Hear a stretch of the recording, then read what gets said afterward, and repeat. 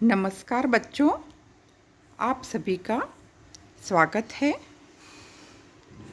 कल हम पद्माकर रचित छंद संख्या 7 तक पढ़ चुके हैं। आज हम छंद संख्या 8 और 9 को पढ़ेंगे।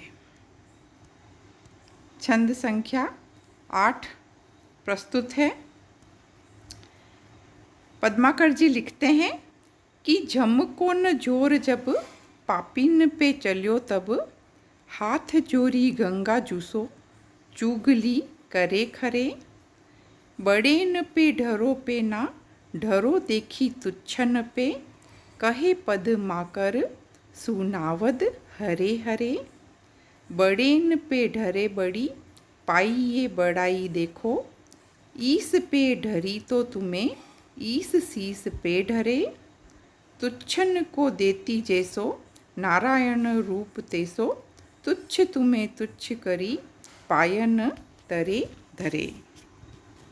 प्रस्तुत छंद में पद्माकर ने अपनी असीम कल्पना शक्ति से एक सुंदर दृश्य की सृष्टि की है, जिसमें मृत्यु के देवता यमराज के माध्यम से गंगा की उद्धारक शक्ति के बारे में बताया गया है। कि पद्माकर जी लिखते हैं कि झमको न जोर जब पापिन पे चलियो तब। झम का तात्पर्य है यमराज, कि मृत्यु के देवता यमराज का जब पापियों पर कोई भी जोर नहीं चला, अर्थात जब यमराज ने देखा कि पापियों पर उसका जो एकाधिकार है वह अब समाप्त होता जा रहा है, जब उसने अपनी इस स्थिति को देखा तो वह हाथ जोरी गंगा जूसो चुगली करे खरे। यमराज जो है वह गंगा माँ से हाथ जोड़ करके मीठी चुगली करने लगा।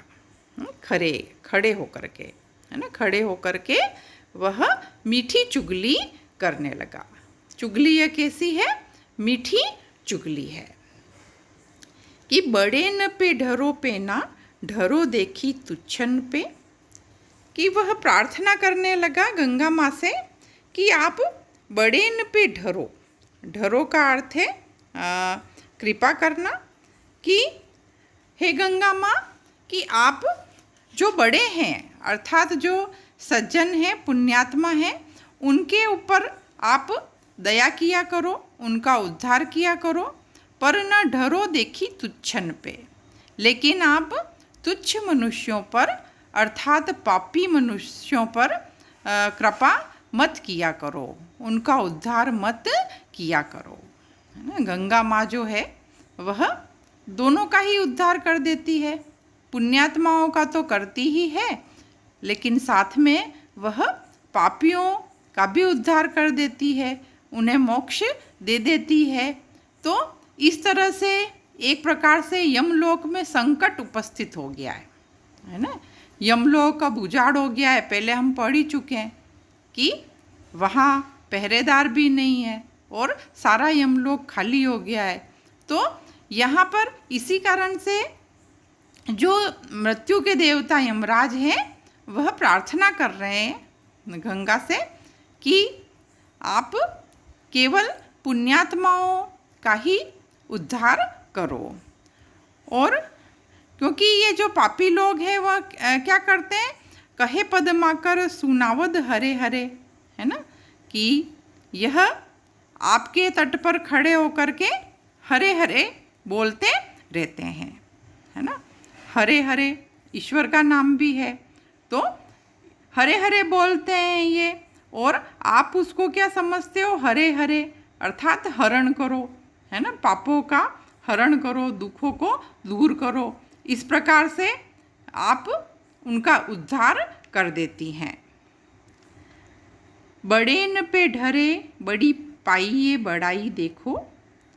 अब कह रहे हैं बड़ा ही मनोविज्ञान का सहारा लिया है यहाँ पर यमराज ने, और वह गंगा से कह रहे हैं कि देखिए कि यदि तुम बड़ों पर कृपा करोगी तो तुम्हें भी क्या मिलेगा, बड़ा यश मिलेगा, तुम्हारा सम्मान बढ़ेगा, सभी तुम्हारी बड़ाई करेंगे, तारीफ करेंगे, है ना। क्योंकि बड़ों पे तुम दया करोगी तो तुम्हारा सम्मान भी बढ़ेगा। छोटों पर दया करने से सम्मान नहीं बढ़ेगा, है ना। बड़ों पर दया करोगी, कृपा करोगी तो तुम्हारा सम्मान बढ़ेगा। कि जैसे ईश पे ढरी तो तुम्हें ईश शीश पे ढरे। कि जैसे तुम शिव के पास में गई तो शिव जी ने तुम्हें सिर के ऊपर धारण कर लिया, है ना। जिसका साथ होता है ना, वैसे ही हम हो जाते हैं, है ना। ये पूर्ण रूप से सत्य है। तो गंगा ने शिव जी का साथ किया तो शिव जी ने उन्हें मस्तक पर धारण कर दिया। तो इस कारण से गंगा का महात्म्य भी बढ़ गया, है ना। गंगा का सम्मान भी बढ़ गया शिव जी के मस्तक पर चढ़ने से। तो इस तरह से बड़ों पर तुम दया करोगी, उद्धार करोगी तो तुम्हारा सम्मान भी निश्चित रूप से बढ़ेगा। तुच्छन को देती जैसो नारायण रूप तेसो, है ना। और यहाँ पर यमराज जो है वो गंगा को कह रहा है कि हे गंगा माँ, आप तो क्या करती है कि जो तुच्छ है, पापी है, उनको भी नारायण जैसा रूप दे देती है ना। उन्हें मुक्त कर देती है, उन्हें ईश्वर का रूप ही आप दे देती है। और इधर तुच्छ तुम्हें तुच्छ करी पायन तरे धरे। और इधर तुच्छ को तो देखो, है ना, उन पापियों को तो तुम देखो कि वह तुम्हें तुच्छ समझ करके तुच्छ करी, है ना, तुम्हें तुच्छ समझ करके पायन तरे धरे, तुम्हें अपने पैरों के नीचे रखते हैं अर्थात गंगा माँ में पैर रख करके खड़े होते हैं और गंगा माँ की स्तुति करते हैं अंदर पैर रख करके। तो जैसे तुच्छों को दिया गया जो सम्मान होता है ना, वह हमेशा हमें नीचे की ओर ले जाता है। तो यहाँ पर तुच्छों के ऊपर जो उन्होंने कृपा की है और इधर तुच्छ क्या कर रहे हैं, उनका अपमान कर रहे हैं, है ना। क्योंकि वह अपने पैर जो है वह उस गंगा के पानी में डालते हैं और एक प्रकार से उनका तिरस्कार करते हैं। तो यहाँ पर भक्ति भावना के साथ में हास्य रस की भी सृष्टि हो गई है। भक्ति रस तो है ही है क्योंकि गंगा के प्रति भक्ति भावना अभिव्यक्त हुई है, लेकिन एक प्रकार का जो हास्य है वह भी यहाँ पे उत्पन्न हो गया है और बड़ा ही सुंदर चित्र, भाषा में चित्रात्मकता सी आ गई है। एक दृश्य उपस्थित हो गया है आँखों के सामने, जो इस छंद की बहुत बड़ी विशेषता है। और यहाँ पर एक प्रकार से स्तुति के बहाने निंदा और निंदा के बहाने स्तुति होने पर ब्याज स्तुति अलंकार होता है, इसलिए यहाँ पर ब्याज स्तुति अलंकार है। अन्य अलंकारों में हरे हरे में पुनरुक्ति प्रकाश अलंकार है।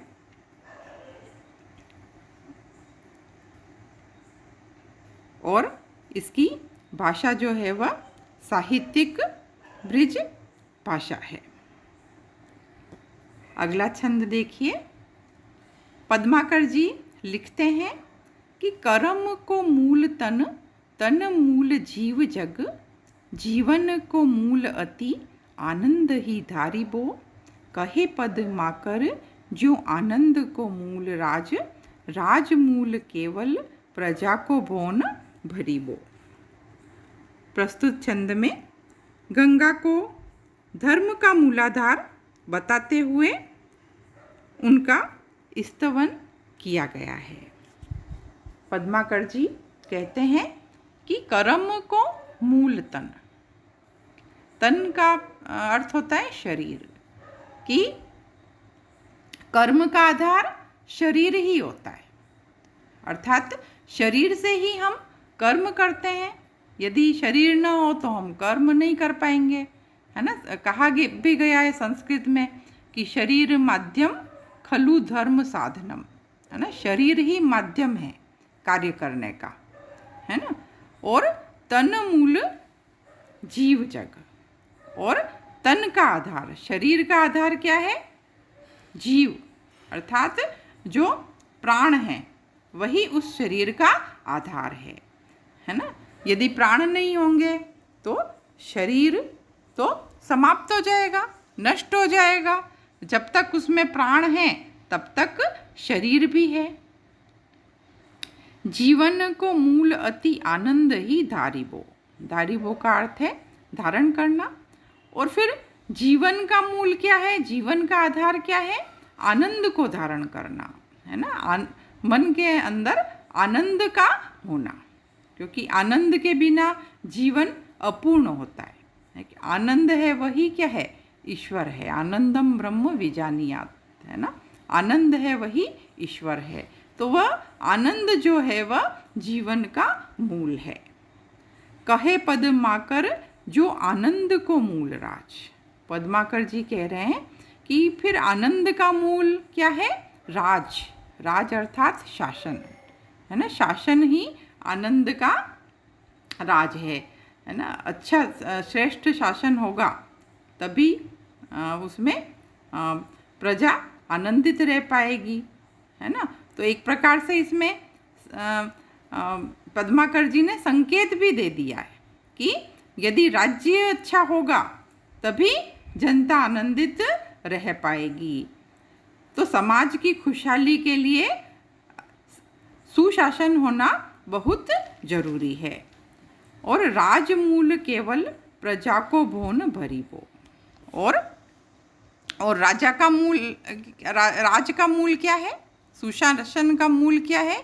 कि केवल प्रजा का भवन भरना, अर्थात प्रजा का पालन पोषण करना, है ना। ये क्या है? कि राजा का कर्तव्य है।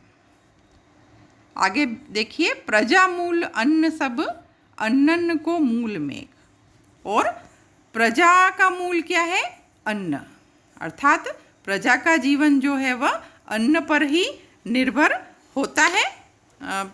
और अन्नन को मूल मेघ, और अन्न का मूल मेघ है, बादल है, अर्थात अन्न को पुष्ट करना मेघ का ही कार्य है। जब बारिश अच्छी होती है तभी अन्न पक पाता है, पुष्ट हो पाता है, और उससे समस्त जग का पालन पोषण हो पाता है। मेघन को मूल एक यज्ञ अनुसरिबो, और बादलों का आधार क्या है? कि यज्ञ अनुसरिबो। यज्ञ का अर्थ है यज्ञ का अनुसरण करना, अर्थात यज्ञ होते हैं तभी मेघ बनते हैं, बादल बनते हैं। इसीलिए प्राचीन समय में बहुत अधिक यज्ञ किए जाते थे जिससे अच्छी वर्षा हो। आज भी हम देखते हैं कि अच्छी वर्षा के लिए कई जगह पर यज्ञ किए जाते हैं।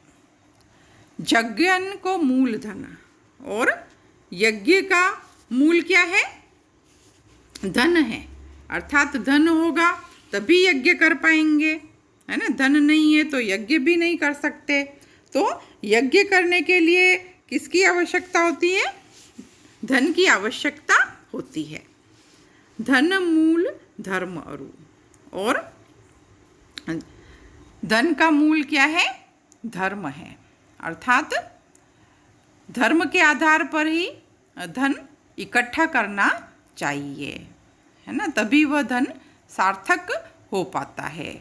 अधर्म से संचित जो धन है ना, वह उससे समाज पतित हो जाता है। धर्म मूल गंगा जल बिंदु पान करीबो, और समस्त धर्मों का मूल गंगा के पानी का पान करना है, अर्थात समस्त धर्मों का मूल जो है वह गंगा है, अर्थात गंगा के पानी का पान प्रत्येक मनुष्य को करना चाहिए, क्योंकि वह सभी का क्या है? आधार है, और सभी उससे मुक्त हो जाते हैं और उससे उद्धार की प्राप्ति होती है। इसलिए गंगा का अनन्य महत्व है। इसमें अलंकार देख लीजिए। जीव जग में छेकानुप्रास अलंकार, अति आनंद में छेकानुप्रास अलंकार,